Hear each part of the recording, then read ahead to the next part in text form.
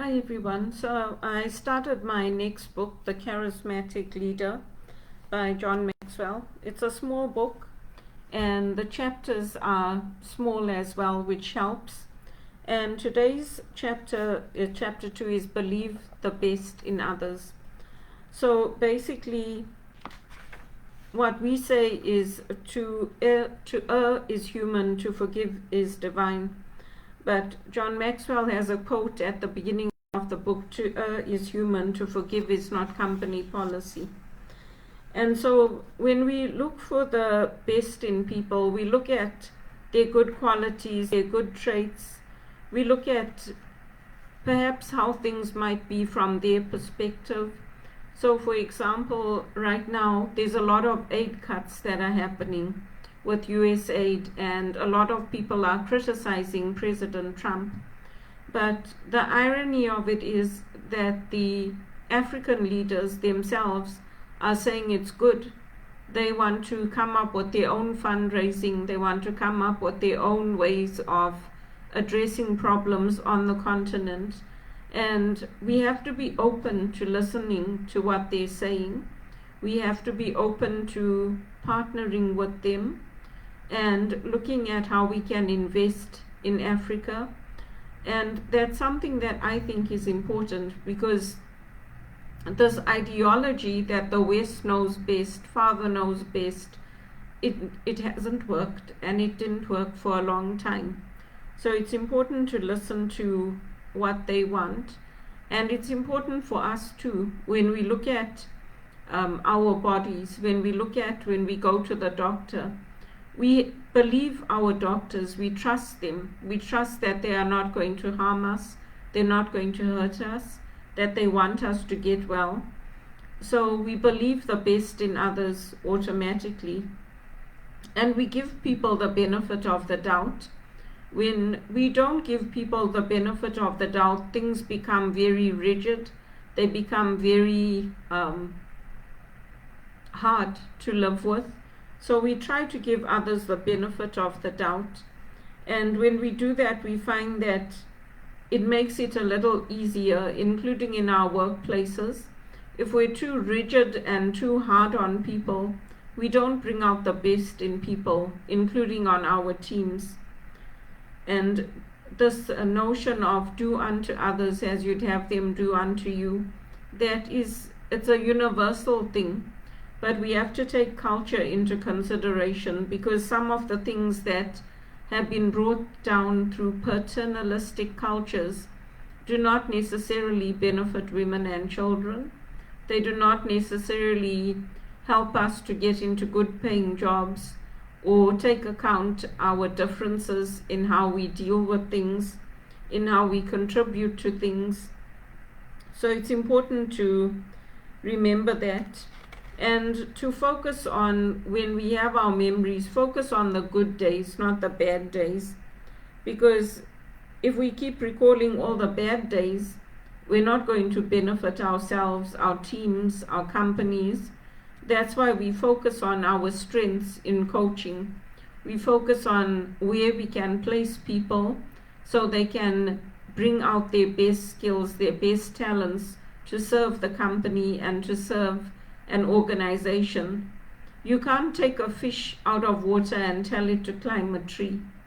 That's basically what it does come down to. And there's a quote in this book by David Augsburger. It says, "Since nothing we intend is ever faultless, and nothing we achieve without some measure of finitude and fallibility we call humanness, we are saved by forgiveness." So that's true. We don't take revenge on others. I think all the wars in the world have come about because of revenge that political leaders have taken, from Pearl Harbor to Hitler. So there's some insane leaders out there. But that's what happens in life. And God can use anybody. Today when I did my reflection, I looked at the prayer of Sarah and Tobit, and how Sarah wanted to take her life, and she asked God rather to take her life than to have to hear the taunts of the people against her and all the things they were saying after she had lost so many husbands, and how she lands up getting married to Tobit, and Archangel Raphael helps and intervenes. So for us as Christians, the angelic realm is important and we believe in it. And the other reason I say God can use anybody is because today's reflection also covered the story of Rahab.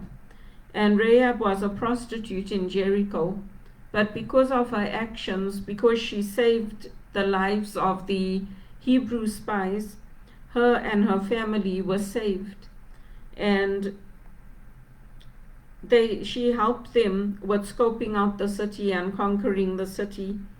There seemed no logical reason why Rahab should have been considered for the role.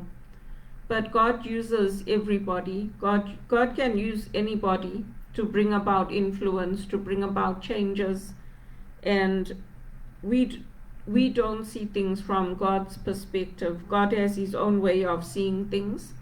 So Rahab was gutsy, she had quick wisdom, she had a clever plan, and she loved not only her own life, but she aided in accomplishing the purposes of God in Jericho.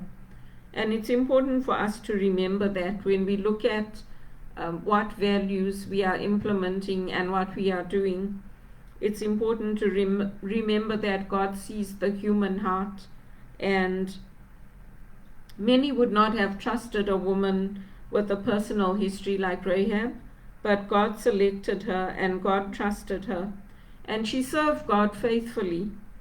Her family lived and was adopted into Hebrew society, and she became an ancestor of the Lord Jesus himself. And you see that in Matthew 1:5. You see the carrying over of the Old Testament into the New Testament. So it's important for us to remember that God can use people that we don't think he can use. And God used me too, because I did not want to become a spiritual director. I did not look into it on my own, but it's something that God has used, and God has used my talents in the church in helping whoever I came into contact with, whether it was serving at a soup kitchen in Johannesburg, or it was being in the hospital, in the cardio ICU lounge, or visiting people in palliative care at the request of their families. And some of those visits were very hard for me, because there was one young man, and he looked like that patient from one of the movies where, I can't remember what it was called, but the man was burnt, and from the cancer treatments he had, that's how he looked. His face was all wrinkled, and they just asked me to go visit him and sit with him because they liked my personality. So I went in a few times, and he used to ask me to put his headphones in for him and just sit with him. So that's what I used to do. And so you never know how God is going to use you. I also had the opportunity here to help with Out of the Cold. I've had opportunities to do small prayer groups at Regis College, and those were good times for me. I enjoyed my studies. I enjoyed the listening circles that we had. So God has done things in my life that I didn't expect him to do. And I do believe in the power of the angels, especially Archangel Raphael. And in my own illness, because my body seems to be breaking down much faster than I could ever imagine, I am praying and asking for Archangel Raphael's intercession and for good news from Archangel Gabriel and the protection of Archangel Michael.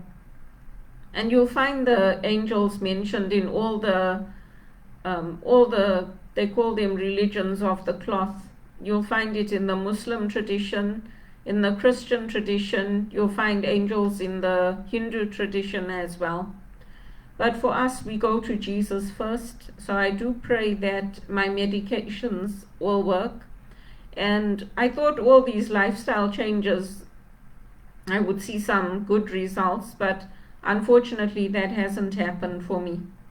So I have to keep on my medication, and I have to keep doing what the doctors are telling me to do.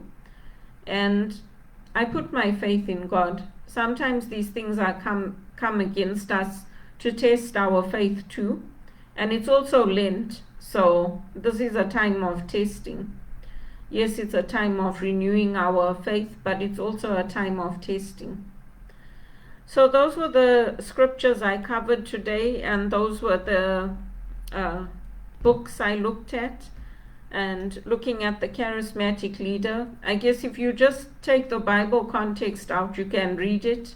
But for me, I always tie it back to my Bible, and I tie it back to what I'm doing in my own life and looking at the good qualities in my life, because especially now when I'm sick and when I'm unemployed and things are not going well, they have a saying that smooth seas don't make for skillful sailors. Well, I don't know, God, how much more rough it has to get, but I've kind of had enough now. So I'm doing everything I can to get back into a job. Hopefully next month something will open up for me. It is tough now with everything that is coming in with the tariffs and President Trump and all that, but there are still very good opportunities out there, and I'm hoping one of those is going to be for me, and it's going to be well paid, and it's not going to be stressful call center work. So I hope that helped you. If you know of anyone looking for an administrator or an assistant or HR, anything related to project work, you can get in touch with me or the agencies I'm registered with, like Altus HR, and even through John Maxwell. If you're looking for a facilitator or a speaker, I'd be happy to help.